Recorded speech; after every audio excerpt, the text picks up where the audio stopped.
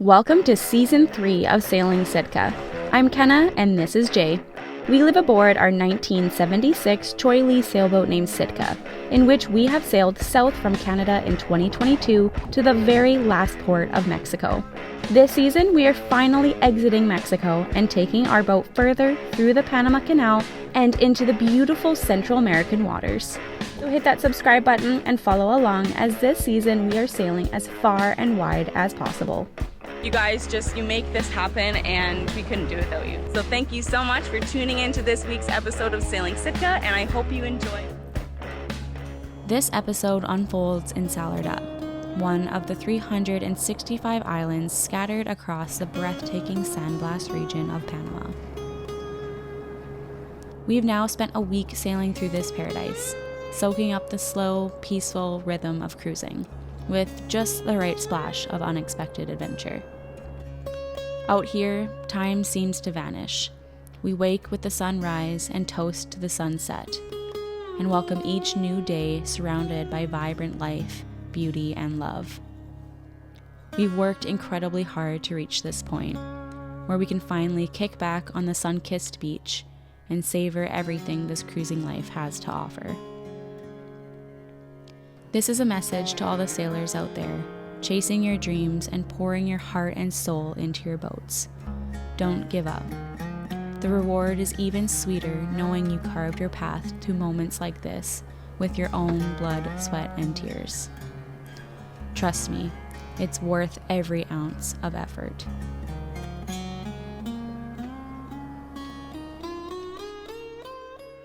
After a quick trip over to SV Bully to steal some precious water, we dinghied our friends Dorian and Tish over to a tiny island for something truly unforgettable.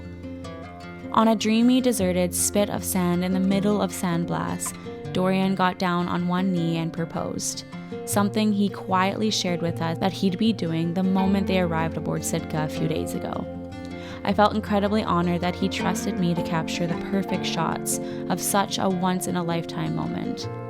Everything was absolutely perfect, until it was time to squeeze everyone back into the dinghy and head over to Sitka. Let's just say thank goodness for Bully deciding to sneak along and be a stealthy bystander. Otherwise, we would have been in quite the pickle. Jay, what happened? Who knows? The outboard ain't going forward or reverse, so something in a gearing or something on the prop. Figure it out. But luckily, Bully was right there to tow us, because we were freaking far from the boat. That would have been a long road. So you see how there's grooves in here? And they're all eaten away? Yeah.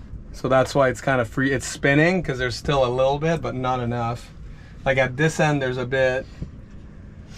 But at this end, it's like shot. So it's like grabbing, but not enough to push. So I don't know if we're going to be able to salvage it for a bit, because we won't be able to get one of these. I'm going to have to get my mom to... We can get it. Yeah, we can ship it. If we can somehow transfer it to her. Is that hitting rock, or is that can wear you... and tear? What? Can you... It's probably from wear and tear. This engine's pretty old. Like, it looks like this is like... I mean, it's... Rocks don't help for sure. It's hit a few rocks in its days. We decided to set the broken prop situation aside for the evening, knowing it was our last night with our friends aboard Sitka. Naturally, we wanted to soak up every moment. It's hard to put into words just how special it feels to have a piece of home with you in such remote places like this. Sharing this lifestyle with friends we cherish so deeply is truly what life is all about. Sharing laughter, adventure, and unforgettable memories. Thank you, Dorian and Tish, for making the journey all the way out here, and congratulations again on your engagement. We love you both so much, and we know our paths will cross again soon.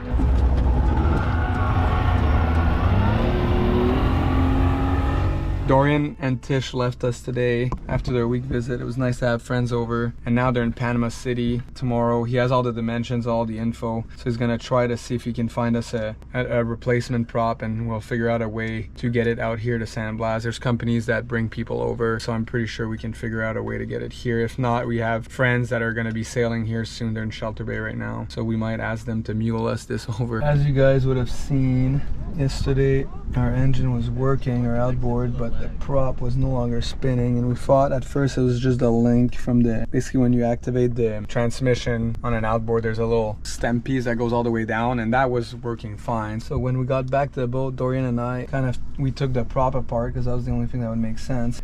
And then what we noticed is, like, I didn't know what the term was, but Dorian did, but there's a rubber piece in here that keeps this inner part solid, and was disintegrating. So when we're spinning, the middle part is turning, but this is not, it's not engaging. So right now it's kind of stuck in there because I pushed it back in, but I'm gonna use a bit of that 50, this is ghetto, but it was not recommended. See, this shouldn't be able to move, it should be straight in there. So anyways, right now I'm gonna just really ghetto fill this with some 5200 here, just a little bit, and see if it works. The next day, even though the sun had once vanished behind the clouds, we felt the undeniable urge to move. So we lifted the anchor and began making our way out of Salard Up, setting course back towards Holiday Cays, one of the most beautiful and lively spots in the Sandblast region. There's a shortcut between two islands that shows a depth of 5 meters on our charts, but even so, the pucker factor was high as we navigated through it, watching waves on either side of Sitka rise into curlers and crash onto the nearby beaches. Despite the rain, we continued island hopping through the Sandblast. There's something about cruising in the rain that makes the whole experience feel more raw and real. The quiet islands, the mist in the air, and the soft rain hitting the deck. Some people mentioned to us that it must have sucked having such nasty weather for an extended period of time, but honestly, we didn't mind. We were in paradise for Pete's sake, and we made the most of it. So we pushed on, checking out new anchorages, hidden beaches, and enjoying the adventure of it all, even if we were soaked in the process. Kenna's making us some good farmer's wrap. If you're Canadian, you know these. And we just anchored in the bay we were just at before Salard Up, which is swimming pool is right ahead.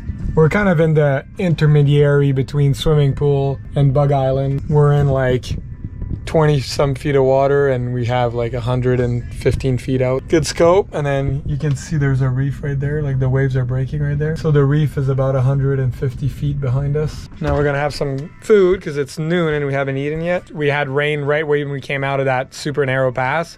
And I was like, oh, here we go. Like the worst possible time. But then once we left there, it was like, we were kind of like still cloudy, but didn't get any rain. The wet season here is supposed to end like January 1st. A lot of our friends were like, normally like December 15th, it's kind of like when it starts being nice.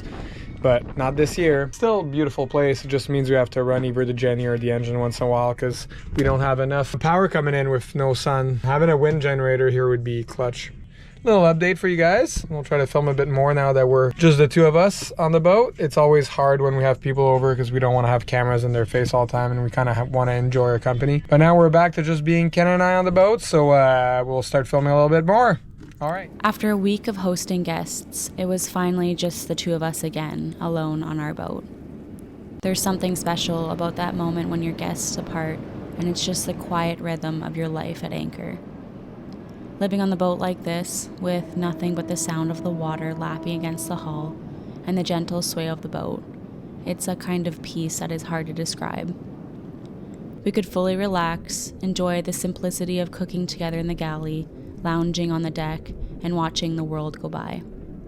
It's a life that comes with its own set of challenges, of course, but the benefits far outweigh them. The freedom, the stunning sunsets, and the quiet beauty of being completely present with each other, surrounded by nature, and living life at our own pace. All right, hon, what are you doing? This is the only second time we've ever actually dumped this out. What is this? This is our medical kit. First time we dumped it out was because Jay got a bee sting and we thought he was gonna die and he stopped breathing for a bit. So we had to get the EpiPen out. We did not need to use it. He came back to life. He's okay.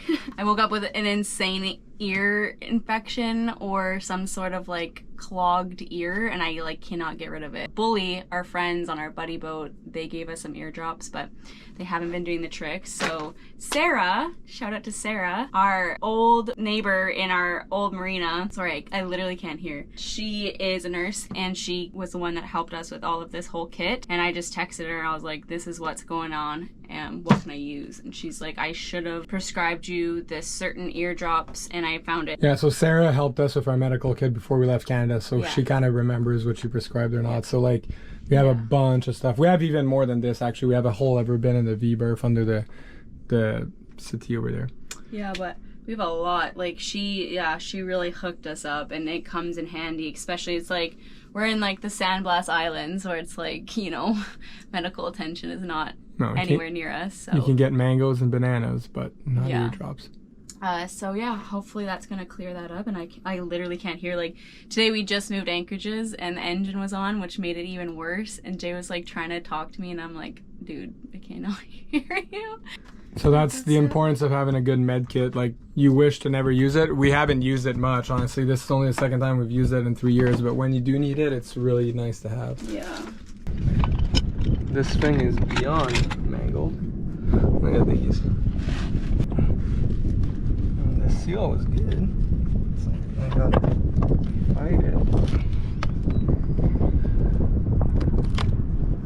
Alright. There's what failed. The next day, we jumped into project mode, now that our guest cabin is free and the parts that we needed for this fix had finally arrived in both Dorian and Tish's bags from Canada. Today, we're swapping out the broken windlass foot pedal that's been preventing us from dropping the anchor electrically. Since it first failed in us back in Costa Rica, Jay's been dropping the anchor manually, so we're pretty excited to get this sorted out. Although it's usually a straightforward fix, our anchor locker isn't exactly the easiest place to work in. It's actually pretty cramped in there, which makes getting the job done a bit challenging. I'll spare you the French swear words Jay was repeating. Trust me, it would have added at least 20 minutes extra to this video if I included them all. Now, I'm heading up on deck to check if the down switch was installed properly and to see if it's all functioning as it should. Out!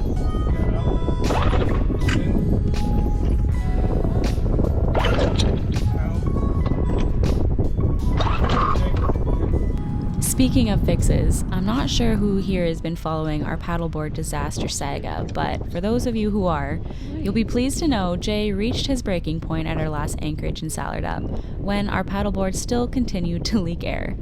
In a bit of frustration, he went full throttle and slapped a thick, hopefully indestructible layer of 5200 onto our broken glue seam, hoping this will be the final solution to our paddleboard woes. Wow. So here we are, cautiously optimistic and maybe slightly terrified, ready to give it another shot. Look at this guy. He's got one. Okay. Take it out for a rip. Sure enough, the 5200 worked its magic. The paddleboard started forming bubbles from the pressure, but none of them popped, so we call that a win. Being out on the water felt amazing. The water was so turquoise and clear it almost didn't seem real. This was exactly the kind of weather and those perfect moments I imagined when I first dreamed of life in the Sandblast Islands. And honestly, it was just a bonus that I got my own little notebook moment. Except instead of a romantic rowboat, I'm on an unsteady paddleboard that could pop at any second. Still, it was the highlight of my day. That and what we found on our way for dinner with our boat buddies on SV Bully. Guys, I hope it's not piss. Just smell it. No, there's a cap. It's definitely tequila. What happened? We left this bottle in the jungle on New Year's Eve and we got back to the boat. The next day I was opening the cooler and cleaning the boat up and I was like, oh, I guess we left our tequila there. And I was like, oh, that's a bummer. We only had a sip each. In the daytime it looks way different. There's kind of garbage. I'm like, I don't think anybody would go check there. And it was exactly where I left it. Untouched. That's hilarious. Also, this is someone's house we were partying in. Oh yeah, that's where the DJ That's where the DJ setup was. I know. And now someone just lives in there in hammocks. It looks so different from New Year's. We were also 3 sheets to the wind and gone a little bit on that night. And then they're all just like, He's right there. He's just giving us a I was flag. like, okay, I'm gonna go upstairs now. Oh yeah, it's right there. See him? Oh yeah, absolutely. You can't see that jump on the GoPro now. Never thought of what. Yeah, he's gonna have to call Uber. He can't fly home. No way, dude. What happened? This giant bat-sized butterfly wanted some wine. Just a few days ago, we went to go on plane and the engine was running, but the prop was barely moving. After further inspection, when we took the prop off, we realized that that guibo, or whatever it's called, the rubber part that goes around the inside of the prop, was completely disintegrated. I put some 5200 that Derek on Bully gracefully gifted us. So we glued that up, and it's been sitting for 2 days, and today I was like, okay, I'm gonna put that back together, put the prop back on, and then lowered the outboard on the dinghy, and then went to pull the pull cord in neutral, and then the pull cord pulled and retracted but wasn't activated the flywheel. It's like there was a disconnect, so it was just free spinning but not actually like connecting to the flywheel that would actually start the engine. So I'm like, oh no, what now? And I was like, well, the only thing that's changed from the moment where it didn't work, which is now, till before, was when we removed the prop. And when we removed the prop, we were like kind of gung-ho, and we should have like taken our time more and used a wood block between the prop and the top of the outboard. Instead, we put it in gear, and by doing that, I think we kind of like messed up basically the clamp setup, that when you pull, when it's in neutral, it allows this little thing to come down on the shaft and grab it and then spin the flywheel. So anyways, after much research on the internet and not finding anything, and then by like messing around with the middle part, we put the prop back on with the 5200 in there, torqued it to 50-pound setting, and then went in the water and then flashed her up. Now she worked, she flashed up, but not enough for us to propel herself at a speed that makes any sense. Like we were going like, I was going like almost full throttle, and we were going maybe like 3-4 knots. So anyways, no biggie. Dorian and Tish were absolute legends, and they left with all the dimensions for the prop. And yesterday they were able to find a prop that we hope will work. It's not a Mercury one, it's a Yamaha one, but we've heard that a lot of these are interchangeable as long as the splines, which is like the grooves in the middle, are similar. And they were able to find one and organize transport through kind of the same company that brought them to the boat. So anyways, tomorrow we should see a Panga coming towards Sitka around midday, they said, and delivering us that prop, and then we'll be able to test that out and see if that works. But yeah, thank you for supporting the videos, and to all you people commenting, liking, and sharing, that's the best way of supporting us, and that's absolutely free. So thank you for doing that. We really appreciate it, and we'll catch you guys next week, next Sunday on Sitka. If you've made it this far into this week's episode, you're officially a part of the crew. Drop the word tequila in the comments below so we can raise a glass or 3 to you. Thanks for riding out the waves with us, cheering us on, and keeping this wild adventure alive. We wouldn't be here without you. And with that, we wrap up this week's episode. Next week, we set sail for another island, where our much anticipated prop awaits, delivered straight to our little slice of paradise. In a perfect world, it would have fit like a glove, and we'd be on our merry way. But that's not cruising, is it? Cruising is adventure, adjustment, and the unexpected around every corner. See you all next week. Fuck me. All this for no fucking reason. Oh, I put that away. Tabarnak. Oh, it was a fail. Yeah, all of that. All of this for nothing. Oh, out of feeding. Yeah. Thank you for watching this week's episode of Sailing Sitka. Stick around for more to come. If you enjoyed, please spread the love and let us know. Special thank you to our Patreon members for making these videos possible, as well as helping our dreams come true. See you all next week.